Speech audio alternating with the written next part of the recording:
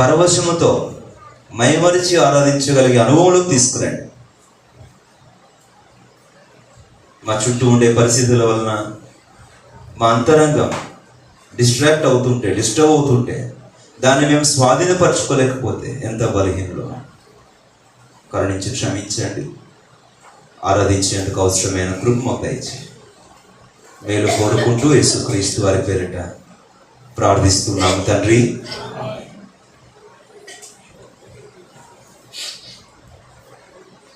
ఆయన మన కొరకు చేసినది ఎంతో అధికమైనది. మనము ఆయనకు అర్పించేది మరి ఎంతో అత్యున్నతమైనదై ఉండాలి. జీవముల దేవుడు మన కొరకు చేసిన దానితో మనం పోల్చుకుంటే మనము చేసే ఆరాధన ఏమైనా సరిదూగుతుందా అని. 10 రూపాయలు ఇచ్చారనుకోండి, థ్యాంక్స్ అండి అని చెప్పి వెళ్ళిపోతాం. 1 కోటి రూపాయలు ఇస్తే థ్యాంక్స్ అండి అని వెళ్ళిపోయామనుకో, ఇచ్చింది 1 కోటి రూపాయలు రా, ఇది థ్యాంక్స్ అండి అని 1 కోటికి మాడబడేసి వెళ్ళిపోతే ఇచ్చింది ఎంత ఉంటుందా లేదా? అవి 1 కోటి రూపాయలు ఇస్తే ఎలా చెప్తాం థ్యాంక్స్? అసలు మీ మేలు మర్చిపోలేమండి, రుణం తీర్చుకోలేమంటే, రుణం తీర్చుకోకపోతే కుదరదులే, రుణం తీర్చుకోవాలా అని ఎంత వంగపోతామో. అసలు ఏం చెప్పమంటారు? ఎన్నెన్ని మాటలు వస్తాయి, ఎంత వంగి వంగి, అసలు ఎంత భావంతో చెప్తాం. అవసరమైతే కన్నీళ్ళు అయిపోతాం, అవసరమైతే కాలు పట్టేసుకోవడానికి కూడా అసలు ఊహించలేదండి, నాన్న వాళ్ళు రాలేదు, మీరు వచ్చారండి అని చెప్పి ఎంత లోపల నుంచి ఆ కృతజ్ఞతా భావం ఎంత వచ్చేస్తుందో అంతటితో ఆగిపోతా. 10 రూపాయలు ఇచ్చిన వాళ్ళ కోసం 10 మంది కూడా చెప్పమేమో కానీ 1 కోటి రూపాయలు కనుక మన సామర్థ్యానికి మించి మన అర్హత లేకపోయినా మనకు సహాయం చేసాడు అనుకోండి, దాని గురించి ఎంతమంది మధ్య చెప్పడానికైనా కూడా, ఎంత సంతోషంతో చెప్పడానికైనా సిగ్గుపడము, వెనుకాడము, భయపడము. మరి దేవుడైన ప్రభువు మన కొరకు చేసినది అని పోల్చుకుంటే అది ఎంత వెలకట్టలేనిది, ఎంత అమూల్యమైనది, ఎంత అతీతమైనది. దానికి మనం కృతజ్ఞత చెల్లించేటప్పుడు ఆ శాంతం ఎంత, ఆ గంభీరత, ఆ అంతరంగం, ఆ కృతజ్ఞత భావం, ఆ అద్భుతమైనటువంటి హృదయంలో నుంచి వచ్చే ఆ కృతజ్ఞత స్తుతి ఎంత అతీతమైనదే ఉండాలి, ఎంత కన్నీడి పర్యంతమై ఉండాలి. నిజంగా మనము ఆయన చేసింది మనము లెక్కించగలిగితే, if alone we could exactly estimate and calculate and know the value of whatever he has done for us, we will worship in that higher extent. ఆయన చేసిన దాని విలువను సరిగ్గా మనం కనుక అంచనా వేసుకొని ఉంటే అప్పుడు దానికి సరిపోయినంత ఆరాధన మనము చేస్తాం. ఒకవేళ మన ఆరాధన ఏదో గుడుగుడు అనుకుంటూ మాటికి వరుసకు ఏదో చిన్నది 4 ముక్కలు పడేసి పోయేదే అయ్యుంటే, నేర్చుకున్నదే అయ్యుంటే, దాని అర్థం ఏంటంటే ఆయన మనకు చేసిన దాని అంతటిని కూర్చిన స్పృహ ఇంకా కరెక్ట్గా లేదు, దాని గురించిన పరిపూర్ణ అవగాహన ఇంకా లేదు, దాని లెక్క ఇంకా పూర్తిగా మనకు అర్థము కాదు, దాని బరువుంతో మనకు తెలియలేదు. అందుకే మన ఆరాధన అంత బరువుగా లేదు. ప్రేమైన వాళ్ళారా, ఈ సహవాసములో భక్తుని ద్వారా మనం నేర్పించబడే సంగతి ఏంటంటే ఆరాధన యొక్క నాణ్యత మనకు నేర్పించబడింది. సాధారణంగా అనేక సమాజాలలో చూస్తే ఆ రక్షించబడకపోయినా వారమంతా సిగరెట్లు కాల్చుకొని వచ్చినా మళ్ళీ ఆదివారం పూట మందిరంలోకి వచ్చి ఆ అయ్యగారు నుంచొని ఇట్లా అంటేనే ఉంటాడు పాటికి. ఆయన జేబులో ఇంకా అవసరమైతే సిగరెట్లు ఉంటాయి కూడా. అక్కడే ఉదయాన్నే తగువ పెట్టేసుకుని పెద్ద గోల్ చేసేసి 4 కయ్యాలాడేసి వస్తుంది. మందిరానికి వస్తే మాత్రం ఇదంతా వచ్చేస్తుంది, బయట మాత్రం మళ్ళా ఏదా.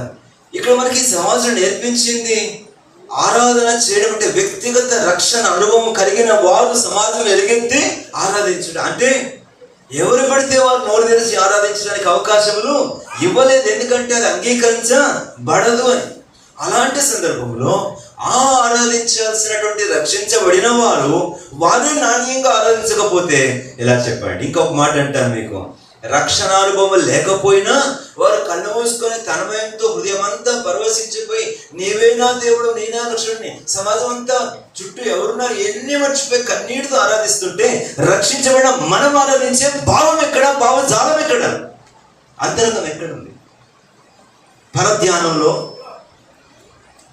ఎక్కడో మన ఆలోచనలన్నీ పెట్టుకొని 1 అరగంట ఆరాధన గడపాలి అని అంటే ఆ అరగంట 100 ఆలోచనలు అన్నీ రావడం, సగం ఏమో నిద్రపోవడం, సగం బయటికి పోయి రావడం, అట్టుపోయి రావడం, ఇటుపోయి రావడం. ఒక అర్ధగంట దేవుని సన్నిధిలో హృదయం కుమరించుకొని జీవితం అంతా మొత్తము రీలు తిప్పుకున్నట్టుగా మొదటి నుంచి తిప్పుకొని సంగతులన్నీ ఆలోచన చేసుకొని దేవుని గుణగణాలన్నీ కీర్తించుకొని ఆరాధించేటువంటి అనుభవం, పరవశంతో కళ్ళు మూసుకొని చుట్టూ ఉన్న లోకాన్ని మర్చిపోయి, మనుషుల్ని మర్చిపోయి, ఆయన ప్రేమను తలపోసుకుని కృపాతిశయమును, ఆ మాట రావండి 107 చివరి చదివాం, ఆయన కృపాతిశయమును తలపోయిదురు గాక అంటే పూర్తిగా వాటి అన్నిటినీ కూడా జ్ఞాపకాలకు తెచ్చు. అలాగున మనం మైమరిచి ప్రభువును ఆరాధించగలిగితే అట్టి ఆరాధన మాత్రమే యోగ్యమైనదే ఉంటుంది. ఒకవేళ ఇలాంటి ఆరాధన అనుభవం నాకు విచారకరం ఏంటంటే, అలాగా మైమరిచి ఆరాధిస్తున్న వారినేమో ఎగతాళి చేస్తాం. అంత యాక్టింగ్ చేస్తున్నారు, ఇట్లా అంటారు, అట్లా అంటారు, ఇట్లా అంటారు.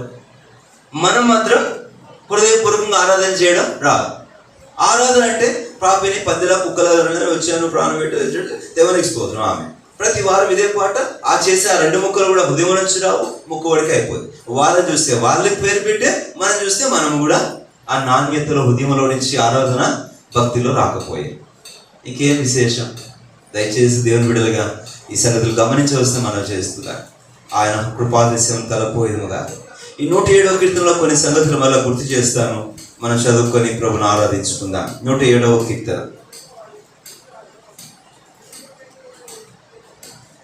మొదటి దయచేసి చూడండి, 2వ వచనం. యెహోవా విమోచించిన వారు ఆ మాట పలుకుదురు గాక, విరోధుల చేతిలో నుండి ఆయన విమోచించిన వారు ఆ మాట పలుకుదురు గాక. ఏ మాట పలుకుదురు గాక? ఆ విమోచించిన వారు, ఆయన పోగు చేసిన వారు ఏ మాట పలుకుదురు గాక? 1వ వచనం, యెహోవా దయాళుడు, ఆయన కృప నిరంతరము ఉండుగా. ఆయన దయాళుత్వం, హిస్ కైండ్నెస్,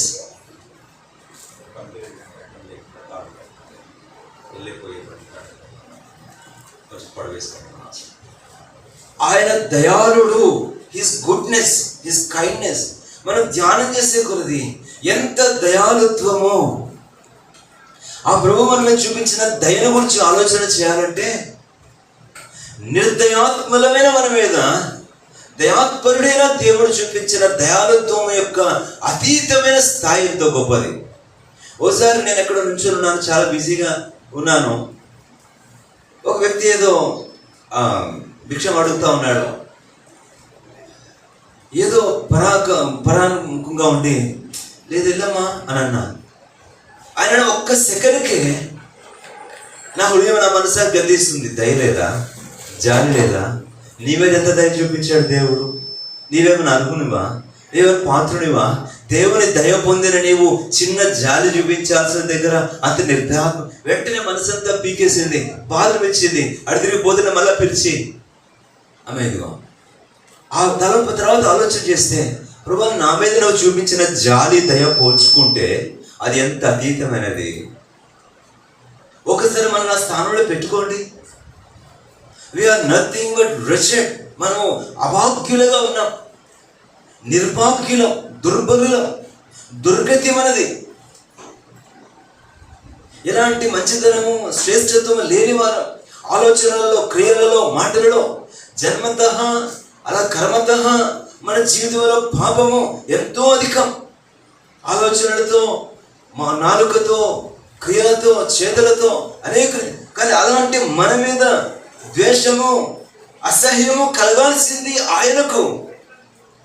అలాంటి ఆయనకు దయ పుట్టిందే. ఆ దయాళుత్వం ఎంత గొప్పది చూడండి. కొన్నిసార్లు అక్కడక్కడ వీడియోలు పెడుతూ ఉంటారు. ఏంటంటే బాగా జడలు కట్టేసి, అంత గాయాలైపోయి, పుండ్లైపోయి, రసిగారుతూ రోడ్డు పక్కన పురుగులు పట్టేసి పడిపోయిన వారిని 4-5 చారిటబుల్ ట్రస్ట్ వాళ్ళు ఎవరైనా వెళ్ళి వాళ్ళని కడిగి తీసి అది వీడియో పెడితే ఎన్ని లక్షల మంది ఏమంటారు, మీరు చేస్తుంది చాలా గొప్పది, చాలా గొప్పది. అది అందరూ చూపలేనిది, చేయలేనిది మీకు అంత ఉంది అని చూపించి దాన్ని చాలా ఎక్కువగా మనము ప్రొజెక్ట్ చేస్తాం, ప్రశంసిస్తాం. అవునా కదా? Let us estimate, imagine our condition in that position. మనము పాపముల చేత అలాగే పడి ఉన్నాం. యేసుక్రీస్తు వాక్యం రాబడింది, బట్ట చుట్టలేదు, నూనె రాయలేదు, ఉప్పు రాయలేదు, దిగంబరమేమినావు, రక్తం తుడవలేదు, నీ రక్తం అని నువ్వు పొర్లాడుతూ ఉన్నావు, చూడ వికారంగా ఉన్నావు, ఎవరు నీ దగ్గరకు రాలేదు. అలాంటి నిన్ను ఆయన నూనె రాచి బట్ట చుట్టి ఆభరణ భూషితురాలిగా చేశాడు. అలంకారం నీకు ఏర్పాడును అని రావాలంటే కనుక దయ అనేది జ్ఞాపకం చేసుకోవాలంటే మనం ఎంత ఆ దయ పొందేందుకు ఎంత స్థితిలో ఉంటేమో గుర్తు చేసుకోవాలి. అత్యంత దుర్భరమైన కండిషన్లో ఉన్న వ్యక్తిని మరొక వ్యక్తి ఆదుకుంటే అసలు ఎంత జాలండి, ఎంత కరుణారసం, ఎంత దయారసం అని పొగిడితే ఇక మన విషయంలో మన దేవుడు చూపింది అంతకు ఎన్ని రెట్లు అయి ఉంటుందో చూడండి. వ్యాధి గలవారు, ఘోరమైన వ్యాధి గలవారు, నడినెత్తి నుంచి అరికాలు వరకు ఎక్కడ కూడా మనకు అలాంటి మనల్ని ఆయన ప్రేమతో తన రక్తంతో కడిగి ఆ మంచి సమరయుడు చేసిన దానికి కొన్ని వేల కోట్ల రెట్లు ఎక్కువ చేశాడు మన జీవితాలకు దేవుడు. అవునా కాదా? అంతటి దయ పొందిన మనం ఈరోజు నీవు దయాళుడు అని నోరారా చెప్పగలనయ్యా, దయ పొంది తిని అందుకు నీకు స్తోత్రం. కనుక మొదటిదిగా విమోచించిన వారు. రెండవది 107వ కీర్తన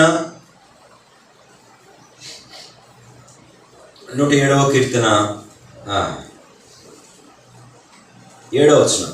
వారు ఒక నివాసపురము చేరినట్లు చక్కని త్రోవను ఆయన వారిని నడిపించెను. గమనించండి, విమోచించుట మాత్రమే కాదు కానీ నడిపించెను. ఎక్కడికి?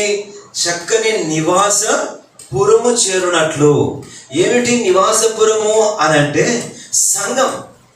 ఏమిటి చెప్పండి? చక్కని నివాసపురము ఏమిటనంటే ఆరోగ్యకరమైన హితబోధ కలిగిన సంఘమునకు ఆయన మనలను నడిపించెను. మన నాన్నగారు చెప్తూ ఉంటారు, ఆయన ఒక హైందవుడిగా ఉండి పూజా పురస్కారాలను విడిచిపెట్టి రక్షించబడిన వెంటనే ఎక్కడికి పోవాలో తెలియలే, ఏ సంఘానికి పోవాలో తెలియక ఎక్కడ మైకు పెడితే ఎక్కడ టెంట్ వేసి అక్కడికి పోవడం, కూర్చొని భజన చేసుకోవడం. అలాగ అక్కడికి వెళ్ళి అక్కడికి వెళ్ళి ఆ ఆత్మీయ ఆకలి తీరక, ఆత్మీయ ఆశ తీరక, ఒకరేమో నీకు ఆత్మ రావాలి అంటే నీకు దర్శనం కలగాలంటారు, ఒకరేమో నీకు భాష వస్తేనే అంటారు, మరొకరేమో నీకు అది కలగాలంటారు, మరొకరేమో అబ్బబ్బబ్బా హిందువుల నుంచి వచ్చారు అయితే మేము స్టేజ్ ఎక్కించేస్తాం అంటారు. ఇలాంటివన్నీ చూసి విసిగిపోయి ఏం చేయాలో తోచలే. చివరికి ఒక సోదరుడు, ఇదిగో పలానా దగ్గరికి పలానా సంఘము అని అంటే మొట్టమొదటిసారిగా పోయి మందిరంలో కాలు పెడితే అక్కడ దైవికమైన వాతావరణం, వాక్య సమృద్ధి, ఆత్మ సంబంధమైన పరిచర్య ఇవన్నీ చూసి ఈ రోజుకి ఎన్ని సంవత్సరాలు, 75వ సంవత్సరం నుంచి ఇప్పటికి ఎన్ని అవుతుంది? అదొక పాతికి, ఇదొక పాతికి, సుమారుగా 48-49 సంవత్సరాలుగా ఈ సహవాసంలోనే ఆత్మీయంగా క్షమాభివృద్ధి పొందుతూ, క్షమాభివృద్ధి కలిగిస్తూ సాగిపోవడం. ఎందుకు అని అంటే నేను మాట చెప్తాను, ఈ లోకపు అనేకమైన పరిస్థితుల మధ్య ఇదిగో నీ సంఘం అనేది ఈ నివాసపురమునకు మమ్మలను చక్కగా నడిపించింది. నివాసము అనేటువంటి ఈ మాట దగ్గరకు వచ్చేసరికి మనం ఎఫెసీయుల రాసిన 2వ అధ్యాయంలో కొన్ని మాటలు చూస్తాం. ఈ సంఘమును గురించి ఆయన మాట్లాడుతూ దాన్ని కట్టడంతో పరిశుద్ధ దేవాలయముగా కట్టబడుచు ఉన్నారు. Church was compared with a building or construction, ఒక నివాసముతో. అందుకని దేవుని ఇంటి వారు, ఏకపట్టణస్థులు దేవుని నివాసం అగునట్లు ఉన్నదా అండి? ఎఫెసీ 2వ అధ్యాయం చివరిలో చూడండి, మనము దేవుని నివాసం అగునట్లు కట్టబడుచున్నాము. చదవండి మాట, ఎన్నో వచ్చినాం చదవండి. 21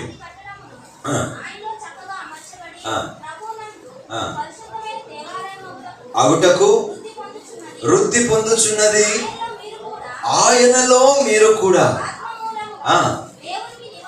గమనించిన మాట, దేవునికి ఇప్పుడు మనల్ని ఎక్కడ నడిపించారు చెప్పండి? చక్కని త్రోవను, నివాస స్థలమునకు. కనుక సంఘము పరిశుద్ధులు, దేవుని నివాస స్థలం. ఆ దేవుని నివాస స్థలమునకు నిన్ను నన్ను కూడా ఆయన చేర్చాడు. కాబట్టి ఆయన ఎంతైనా ఆరాధించి ఘనపరిశుద్ధముగా. కాబట్టి అట్టి విమోచించిన మనలను ఈ ఆత్మ సంబంధమైన గృహముగా ఉన్న దేవుని నివాస స్థలమైన సంఘమునకు ఆయన మనల్ని నడిపించుట అనేది. అందుకనే లేకుంటే గమనించండి, రక్షించబడిన ఒకవేళ సరైనటువంటి నివాస స్థలమునకు, సంగమునకు, ఆత్మీయ బోధకు, పునాదులైన బోధకు, అపోస్తలత్వపు బోధకు రాకపోయి ఉంటే ఆత్మీయంగా జీవం ఉండేది కాదు, ఆత్మీయ వృద్ధి ఉండేది కాదు, ఆత్మీయ గ్రహింపులు ఉండేవి కాదు, సిద్ధాంతపరమైనటువంటి దుర్బోధనలు ఇరుక్కుపోయి ఉండేవారు, ఆత్మ సంబంధమైన దైవ చిత్తానుసారమైన కేంద్రములో నిలిచి ఉండేవారు కాము. దేవుడే విమోచించాడు, తన సంగమనడి నివాస స్థలంలోకి మనల్ని నడిపించాడు. మూడవది కీర్తన 107 9వ వచనం చదవండి అమ్మా. 9వ వచనం.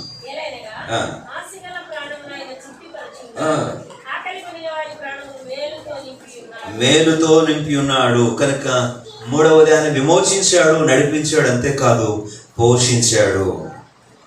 మేలుతో ఆకలి కొనిన వారి ప్రాణమును, ఆశ కొనిన వారి ప్రాణమును ఆయన నింపుట అనే సంగతి మనం చూస్తాం. అలాగనే ఆ తర్వాత వచనాలు కూడా రాబడింది. సరే, ఇక్కడ చూస్తూ నేను ఆపుతున్నాను.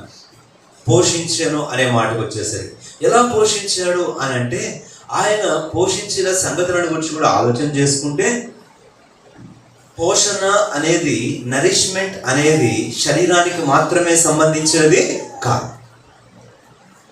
అది మనసుకు సంబంధించిన పోషణ, ఆత్మకు సంబంధించిన పోషణ కూడా.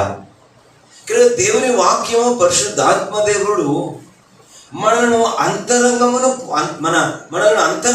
పోషించుట అనేది గమనిస్తే, వాక్యం రాబడి 147లో 149లో మంచి గోధుమలతో నేను పోషించిన ద్వితీయోపదేశకాలం చెక్కుబుక్కి రాతి బండ నుంచి జుంటె తేనె దారుల నుంచి ఆయన పోషించిన రాబడింది. ఇవన్నీ కూడా ఏం జ్ఞాపకం చేస్తుందంటే, ఆత్మ సంబంధ అంతరంగ పోషణను ఆయన అనుగ్రహించాడు.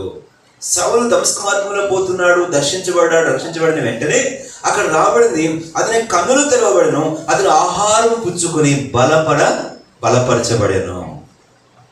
కనుక ఈ దైవికమైన తృప్తిని జ్ఞాపకం చేయాలని కోరుతున్నాను. 9వ వచనంలో విమోచించెను, 2వ వచనం, నడిపించెను, 7వ వచనం. ఇక్కడ మనం గమనిస్తున్నాము ఈ వచనం 9వ వచనంలో తృప్తిపరచను, సాటిస్ఫైడ్. ఈ ఆత్మ సంబంధమైన సంతృప్తి క్రీస్తునందలి సంతృప్తి. ఈ లోకంలో ఈ తృప్తి లేదు, లోకంలో తృప్తి లేదు. మీరు ప్రసంగి గ్రంథం 1వ అధ్యాయం చదివితే, నేను కొంచెం లేట్గా స్టార్ట్ చేసినాం కనుక ఈరోజు ఫాస్ట్గా పోతున్నాను. ప్రసంగి గ్రంథం 1వ అధ్యాయం చూస్తే మీరు ఇక్కడ సొలొమోను మాటల్లో మాట రాబడింది, చూచుట చేత కన్నుకు తృప్తి కలగలేదంట, సంపాదించడం చేత చేతులకు తృప్తి లేదు. చదువుతారు ఎవరైనా త్వరగా మాట? ప్రసంగి గ్రంథం 1వ అధ్యాయం తీసి, హుషారుగా ఉండే వాళ్ళు ఎట్లా ఉండాలంటే తీసి టక్కుని చదివేటట్టు ఉండాలన్నమాట. బనబస్ అని ఇక్కడికి వచ్చేయండి, ఆయనకి వినబడుతుంది, సులువు ఉంటారు. ప్రసంగి గ్రంథం 1వ అధ్యాయము ఎన్నో వచనం చదవండి. ఎడతెరిపి లేకుండా సమస్తము జరుగుతున్నది, మనుషులు దాన్ని వివరింపజాలరు. చూచుడు చేత కన్ను తృప్తి పొందుకున్నది, వినుడు చేత చెవికి తృప్తి లేదు. ఇలాగ మానవుని జీవితంలో తర్వాత కూడా ఇంకా అంటాడు చాలా చోట్ల, ఎన్ని చేసినా కూడా ఇంకా తృప్తి లేదు. 10వ వచనంలో కూడా 2వ వచనంలో కూడా రాబడుతూ వస్తుంది. ఎంత ఎక్కువ 4వ వచనంలో అంటాడు. 2వ అధ్యాయంలో మీరు చదివితే 2వ అధ్యాయంలో దేహమున ద్రాక్షారసం పెట్టాను, అయినా తృప్తి లేదు. ఆ ద్రాక్ష తోటలు నాటించాను, ఇండ్లు కట్టించుకున్నాను, 4వ వచనంలో గొప్ప పనులు చేయించుకున్నాను, 5వ వచనంలో శృంగారవనములు వేయించుకున్నాను, ఫలవృక్షం నాటించాను, నారుమలకు చెరువులు తరలించుకున్నాను, పనికత్తులు పనివారు సంపాదించుకున్నాను, దాసులు నాకుండిని. ఇంకా చెప్పాను 7వ వచనం గొర్రె మేకలు మందులు బహువిస్తారం సంపాదించు. 8వ వచనంలో వెండి బంగారాలు ఉన్నాయి, రాజులు సంపాదించే సంపద కంటే ఎంతో సంపద అంతా కూర్చుకున్నాను, ఉపపత్నులు ఎంచుకున్నాను. అన్ని 10వ వచనంలో కన్నులు ఆశించే వాటిని చూడకుండా అభ్యంతరం చేయలేదు, హృదయము సంతోషపరచకుండా ఏది నిర్బంధం చేయలేదు. ఇవన్నీ చూశాను కానీ నాకేమి లేదు, సంతృప్తి లేదు, అంతా వ్యర్థమే. ఇప్పుడు చెప్పండి, నేను అంటాను, బ్రదర్ సొలొమోన్ నీకంటే మేము చాలా బ్లెస్డ్ అనాలా లేదా? ఇన్ని ఉన్నా నీకు లేని సంతృప్తి ప్రభువైన యేసుక్రీస్తుని వారిని కలిగి ఉండడం వల్ల నాకు దొరికింది. ఇన్ని లేవు నా దగ్గర, కానీ నాకు అసంతృప్తి లేదు. నీవు కలిగి ఉన్నవన్నీ నాకు లేకపోవచ్చు, కానీ నాకు అసంతృప్తి అయితే లేదు. నేను తృప్తి కలిగి ఉన్నాను. ఏమిటి నీ తృప్తికి కారణం? వెంట, బంగారమా, దాసీల, ఉపపత్నుల, లేక సంపద, సొత్త, ఇవేమీ కాదు నా తృప్తికి కారణం. నా ప్రభువైన యేసుక్రీస్తు వారే నా సమృద్ధి, ఆయన యందే నా సంతృప్తి. Christ Jesus is my satisfaction, he is my abundance. ఈరోజు ఎంత తృప్తికరంగా బ్రతుకుతున్నాను. కట్టినట్టు నిద్రపోయినా లేదా? రాత్రి ఎంతమంది పడుకున్నారు? లేదా ఏమన్నా డబ్బుల కోసం ఏమన్నా టెన్షన్ పడ్డారా? ఏమన్నా రేపు ఏం తింటామని ఆలోచించారా? ఒకవేళ రేపు ఏం తింటాం, ఏం వేసుకుంటాను నేను రాత్రి ఆలోచించుంటే ఈ ఉదయానికి మీరు ఒక 4 ఇంచులు పెరిగి ఉండాలి. పెరిగారా లేదా? పెరగలేదా? చింతించడం వల్ల ఎవడు 3 ఎక్కువ చేసుకోవాలి అంటే మీరు హైట్ అవ్వలేరు అని చెప్పాడు. మరి ఒకవేళ అలా కనుక హైట్ అవుతాము అని అంటే ఎంత చింతించే వాళ్ళమో కదా. అవకాశమే లేదు. అయినప్పటికీ నేను జ్ఞాపకం చేస్తున్నా, ఆ చింత లేకుండా చేశాడు, సంతృప్తి నాకు ఇచ్చాడు. ప్రభువైన యేసుక్రీస్తు వారు నాకు ఉన్నారన్న సంతృప్తి ఎంత గొప్పదంటే, రేపటిని గురించి నాకు భయమే. పాటలు పాడుతూ ఉంటాం, రేపు దాని సంగతుల నదే చింతించు, ఏ నాటికేడు ఆ నాటికే ఇక చాలును, నా కొరకై అన్నీ చేసేను యేసు, నాకింక భయము లేదు లోకములో, నా కొరకై అన్నీ చేసేను, నాకింక భయము లేదు లోకములో, నా కొరకై అన్నీ చేసినందులకు, నా కొరకై అన్నీ చేసినందులకు, నేను రక్షణ పాత్రను ఎత్తి ఆరాధించేదను, నేను రక్షణ పాత్రను ఎత్తి. ఆ పాటలు ఎన్నో పాడతాం. శ్యామ ముందు ఏలియాను పోషించాడు, ఆకాశ పక్షులు పోషించాడు, నన్ను కూడా ఇంతవరకు పోషించాడు. కనుక నేను ప్రభుని ఆరాధించున్నాను. 107వ కీర్తన 107 తృప్తిపరిచిన వాడా నీకు స్తోత్ర. 107వ కీర్తన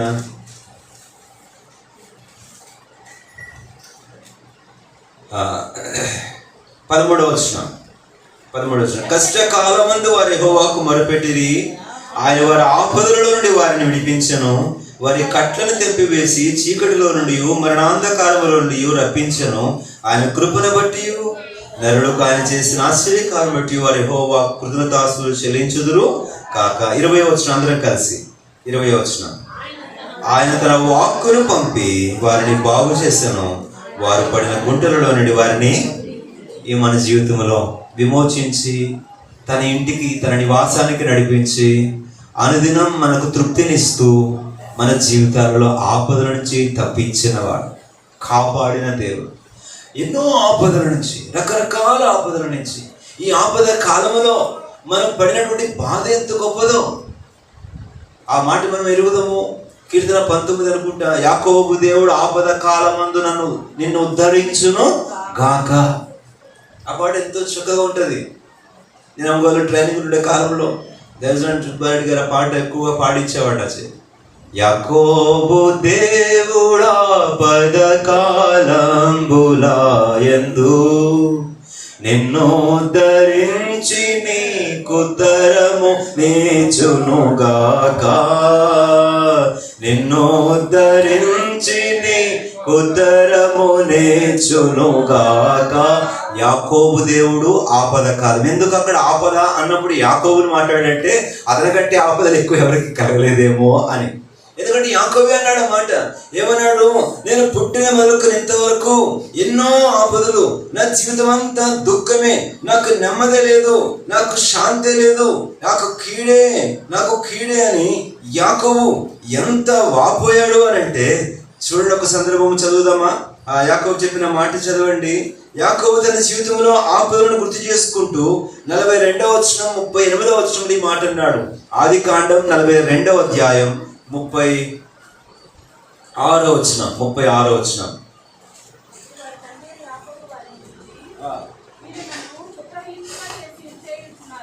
యోసేపు నేడు, షిమ్యోను నేడు, మీరు బెన్యామీనును కూడా తీసుకుని పోదురు, ఇవన్నీ నాకు ప్రతికూలముగా ఉన్నవి. చివరి వచనంలో, మీరు పోవు మార్గమునైతనికి హాని సంభవించిన నెరసిన వెంట్రుకలు గలనను మృతుల లోకమునకు దుఃఖముతో దిగిపోనట్లు. అంటే యాకోబు ఒక్కసారి తన వెనకాల గుర్తు చేసుకొని, జీవితం అంతా గుర్తు చేసుకొని ఎప్పుడూ నెమ్మది లేదు. వాస్తవంగా నా చైల్డ్హుడ్ అయితే చాలా గారభంగా పెరిగానండి, అమ్ముకొమ్మని పెరిగాను. కానీ ఆ తర్వాత స్టార్ట్ అయింది చూడండి మ్యూజిక్. ఎప్పుడు స్టార్ట్ అయింది? ఆశీర్వాదాల కొరకు అమ్మ మాట వినడం దగ్గర నుంచి మొదలైంది. ఇంకా అమ్మ తిరిగినాడు. అమ్మ మాట వినేసరికి ఏమొచ్చింది? కష్టాలన్నీ వచ్చినాయి. ఎన్నిసార్లు గుర్తు చేసుకున్నాడు అమ్మని యాకోబు? గుర్తు చేసుకుంటాడా? ఏమ్మా వండేవాడిని ఉండకుండా ఆశీర్వాదాలు వాడినే తీసుకుంటే పోయేదే. ఇప్పుడు కష్టం వచ్చినప్పుడే తిట్టుకుంటాం, ఉత్తప్పుడు తిట్టుకోం కదా. ఆ ఎండకేంటి వానకి తెలిసి 21 సంవత్సరాలు అక్కడ తిరుగుతున్నప్పుడు లాభాన్ని 10 సార్లు జీతం. నిన్న ఒక మాట అంటాడు, నిన్న ఒక మాట అంటాడు. ఇవన్నీ అంటూ ఉంటే ఇప్పుడు యాకోబు 10 ఎవరు గుర్తొస్తారు చెప్పండి? ఫస్ట్ ఎవరు గుర్తొస్తారు? Hello mummy, what a mummy you are అంటాడు. ఓ మై మదర్, నీ వల్ల కదా నాకు వచ్చి ఇవన్నీ అంటాడు అనమాట అది యాకోబు.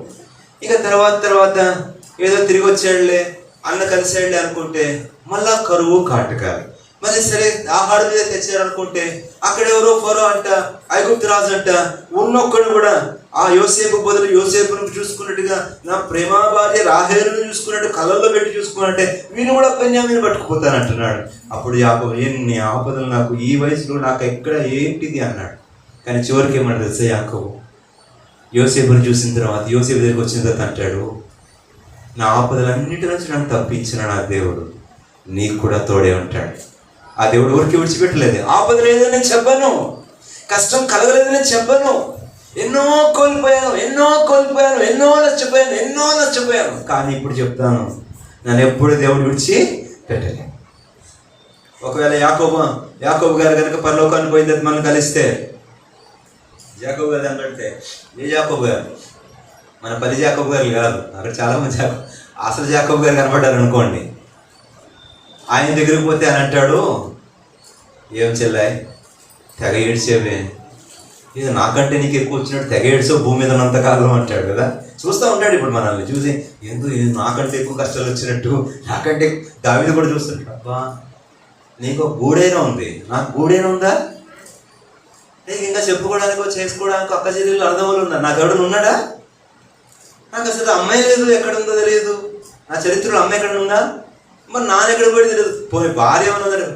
నేను పడి నేనంతా పాటలు రాస్తే నువ్వేంది పెద్ద శోకాలు రాస్తున్నావు పద్యాలు.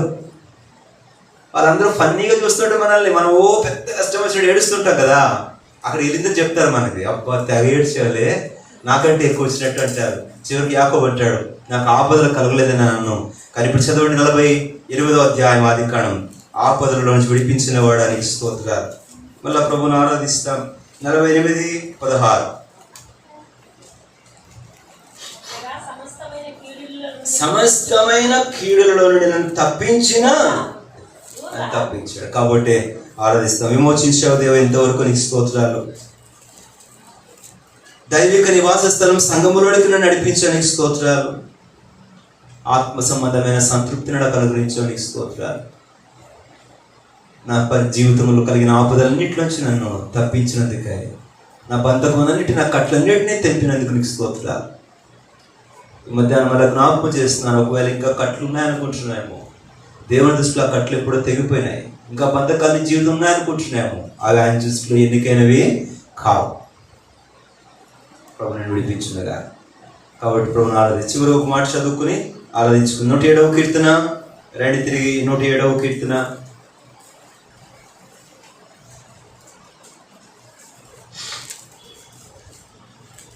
ఆ 41వ వచనం చదువు. అంతకు ముందు కూడా ఉన్నాయి. సరే 36, 37 నుంచి చదవాలి. నేను కొన్ని పదాలు గుర్తు చేస్తానండి చాలు. 36 నుంచి, వారు అచ్చట నివాసపురం ఏర్పరచుకున్నట్లు పొలములో విత్తనములు జల్లి ద్రాక్ష తోటలు నాటి వాటి వలన సస్యఫల సమృద్ధి, అమ్మటి గమనించండి, సస్యఫల సమృద్ధి పొందినట్లు ఆయన ఆకలి కొనిన వారిని అచ్చట కాపురం ఉంచారు. మరియు ఆయన వారిని ఆశీర్వదింపగా వారు అధికముగా ఏం పొందిరి చెప్పండి? అభివృద్ధి నొందిరి. తగ్గిపోనీయలేదంట. దుఃఖమని తగ్గిపోయినప్పుడు కూడా వారికి దేవుడు దీవించాడు. తిరిగి 41వ వచనం చూస్తాం. అట్టి దరిద్రుల బాధను పోగొట్టి వారిని లేవనెత్తను, వారి వంశమును మందవలే వృద్ధి చేశాను. ఇక్కడ జ్ఞాపకం చేయాలనుకున్న 5వ తలంపు ఏంటంటే అభివృద్ధి పరిచయం. విమోచింపబడిన వారు, నడిపించబడిన వారు, తృప్తిపరచబడిన వారు, అలాగనే కాపాడబడిన వారు, వృద్ధి పొందినవారు. జీవితంలో గమనిస్తే ఆత్మీయంగా వృద్ధి పొందించాడు. భౌతికంగా వృద్ధి పొందించాడు. ఎన్నో రీతులుగా ప్రభు విడిచిపెట్టలేదు. ఆత్మ ప్రాణ శరీరాలలో ఈ లోకం సాగిపోతుండగా వృద్ధి కలుగజేశాను. కాబట్టి ప్రభువును ఆరాధించి స్తుతించుతుంది కాక. అది కేవలం నేను ఆర్థిక విషయాలు అని చెప్పడం లేదు, కుటుంబము పిల్లలని మాత్రమే అంటే ఇవన్నీ కూడా భాగమే. ఆత్మీయంగాను దైవికంగాను ఎంతో మనల్ని ప్రభు వృద్ధి పొందించాను. ఆరంభంలో నాకు ఉండే చిన్న మిడిమిడి వాక్య జ్ఞానం, ఈరోజు ప్రభు నాకు మరికొంత వాక్యంలో జ్ఞానాభివృద్ధి కలగజేశాడు. వంశాభివృద్ధి కలగజేశాడు, జ్ఞానాభివృద్ధి కలగజేశాడు. అంతేకాదు బలాభివృద్ధి కలగజేశాడు. అభివృద్ధి అనే మాట గురించి మాట పలుకుతున్నాను. ఆ మాట రాబడి మనకి 84 కీర్తనలు, నానాటికి వారు బలం వెంబడి అధికమైన బలాభివృద్ధి అంటే మోర్ స్ట్రెంత్. ఆరంభంలో ఒకవేళ ఆత్మీయంగా ఇంకా పరిశ్రమప్పుడు ఏదో చిన్న నింద వస్తే, ఏదో చిన్న మాట వస్తే కొంచెం చిక్కుపోయి ముడుచుకుపోయి ఇరుకుని పడిపోయి ముఖమంతా అయ్యో అంతా అయిపోయింది, జీవితం అంతా అయిపోయిందని. ఇప్పుడు ఎంత పెద్ద బండరాయి మీద పడినా కూడా నాకేమైంది, ఏం లేదని కోల్డ్ హార్ట్ అంట, ఏ సంతోషం లెట్ ఇట్ కమ్ అన్నట్టుగా సాగిపోతున్నాం. అంటే ఏం కలిగింది? క్రీస్తు యేసునందున కృప చేత తిమోతి నా కుమారుడు నీవేం పొందము? బలం. ఆ బలము ఏ బలం అంటే మానసిక బలం వచ్చింది, ఆత్మీయ బలం వచ్చింది. కాబట్టి చిన్న చిన్నగా వాటికి నేనేమి కూడా తొట్టుబడలే. I'm not షేకెన్. నేనేమి కదిలిపోవడంలా, తత్తరపడడంలా, దొర్లిపోవడంలా, గొగ్గోలు పెట్టడం లేదు, కేకలేయటం లేదు. మన మధ్య ఎవరు అన్నారు, ఆ మాటలన్నీ అనేసాడు, అందుకనే హార్ట్ అటాక్ వచ్చేసింది. ఏమొచ్చేసిందంట? హార్ట్ అటాక్ వచ్చేసింది, గుండె నొప్పి వచ్చేసింది. 45 సంవత్సరాల నుంచి వాక్యం చదువుతూ, ఇన్ని ప్రసంగాలు చేస్తూ, ఇన్ని బోధలు చేస్తూ, ఎంతో మందిని బలపరిచానని చెప్పుకుంటూ అన్ని మాటలు, ఆ మాటలు కూడా డైరెక్ట్ కాదంట, మెసేజ్ పెట్టాడంట. గుండె కూడా వచ్చేసిందంట. ఎందుకు వచ్చేసింది చెప్పండి? ఎందుకు వచ్చిందంట? నన్ను అనేసాడు, ఇంత మాట అనేస్తారా? అసలు నాకు అన్నవద్దు, నాకు నిద్రపోను. చివరికి ఏమొచ్చింది? గుండెపోటు వచ్చింది. ఏం లేదు, బలం లేదు. ఏం లేదు? బలం, అంతరంగ బలం లేదు. అపోస్తలుడైన పౌలు ఏమంటాడు? మా బాహ్య విరుసులు కృషిస్తున్నా అంతరంగ పురుషుడు అంతకంతకు బలం వదులుతున్నాడు. అందుకే మేము అధైర్య పడం. ఆరి మాట అన్నారని, ఆంగవరు ఇంకోటి అన్నారని, వీళ్ళెవరు ఏదో కొట్టుకుపోయారని నేను కృంగిపోయి కుసించిపోయి ఆలోచించేసి గొప్పలు పెట్టేసి ఏడ్చేసి కడుపు మాట చేసుకోవడానికి నేను బలహీనురాలను కాను. వాగ్దానంలో బలం ఉంది, పరిశుద్ధాత్మదేవుని బలం ఉంది, లేఖనం యొక్క బలం ఉంది, సహవాసం యొక్క బలం ఉంది. ఆ బలముతో ఎంత పెద్ద బండరైనా నెత్తిపెట్టి పెట్టుకొని పరిగెత్తేస్తున్నా. అభివృద్ధి కలగజేసాను. థ్యాంక్ యూ ప్రభువా, నీకు వందనాలు ప్రభువా. ఒకప్పుడైతే ఇంత స్థిమిత బుద్ధి నాకు లేదు, ఇంత స్థైర్యం నాకు లేదు, ఇంత నిగ్రహం నాకు లేదు, తాళుకోలేకపోయేవాడు. కానీ ఈరోజు నీవు నాకు అనుగ్రహించిన పరిశుద్ధాత్మ చేత లేఖనం నాకు అనుగ్రహించిన ఈ అభివృద్ధికై నీకు స్తోత్రం. మీకు అర్థమైంది అనుకుంటే అభివృద్ధి అంటే వంశాభివృద్ధి, ధనాభివృద్ధి, దేవునికి స్తోత్రం. దాంతోపాటు దేవుని వాక్య జ్ఞానాభివృద్ధి, అంతేకాదు బలాభివృద్ధి ఆయన మనకు అనుగ్రహించాడు. ఇంకా అనేక రకాల అభివృద్ధి. అందుకనే యోహాను రాసిన పత్రికలు అంటాడు, నా సహోదరుడా నీవు నీ ఆత్మ వర్ధిల్లుచున్న ప్రకారము. ఏం వర్ధిల్లిందని చెప్పండి? నీ ఆత్మ అంటే ఇంకో మాట సింప్లిఫై చేసి చెప్పాలంటే నీ ఆత్మీయ జీవితం వర్ధిల్లిన ప్రకారం. అప్పుడు దేవుని సిద్ధం కనుక్కోవాలంటే తెలిసేది కాదు. ఈరోజు మా చిన్నమ్మ చెప్పింది, అన్న పలానా దగ్గర కాలేజీలో చేరుతామని కానీ ప్రార్థన చేసుకుని దేవుడు నాతో మాట్లాడాడు. అక్కడ ఇంకో దగ్గరికి వెళ్ళాలి, మళ్ళీ మాట్లాడాడు. అవునా? మాట్లాడుతున్నాడు దేవుడు. దేవుని చిత్తం ఆరంభంలో ఆ జ్ఞానం ఉంటే మనకి కాలం గడిచే కొద్దీ ఆయన స్వరం వినడంలో మనకు అభివృద్ధి, ఆయన చిత్తం తెలుసుకోవడంలో అభివృద్ధి. ఎంత ధన్యులమైతే ఈరోజు మనం ఆరాధించాలంటే గతాన్ని ఒకసారి గుర్తు చేసుకుంటే ఎంతైనా ప్రభువుని మనం స్తుతింపక తప్పదు. కనుకనే ఇప్పుడు 107వ కీర్తన చివరి రోజు అందరూ కలిసి చదువుదాం. బుద్ధిమంతుడైన వాడు, చదవండి అందరూ. ఇవన్నీ దేవుని కృపాతిశయం వల్ల కలిగిన కార్యాలే. బుద్ధిమంతుడైన వాడు ఈ విషయంలో ఆలోచించను, యెహోవా కృపాతిశయం జనులు రండి మోకాల మీదకి వెళ్దాం. ఆయన కృపాతిశయం తలపోసుకుంటూ ఆయన ఆరాధిద్దాం. ఆ శిలువ కార్యం మాత్రమే కాదు, అక్కడి నుంచి ఇంకా ఆయన చేసిన అనేకమైన కార్యాలు, శిలువ మీద నా కొరకు చేసిన కార్యం మాత్రమే కాదు ప్రభువా, నువ్వు రక్షించడానికి ప్రాణం అర్పించావు, మరణించి తిరిగి లేచావు, విమోచించావు. అంతేకాని దయంతో గొప్పది చూపించావు నా మీద నీ దయని వివరించలే ప్రభువా. ఇంత గొప్ప జాలి, what a compassion on me. కనుక ప్రభువును ఆరాధించును గాక. యెహోవా చేసే కార్యములను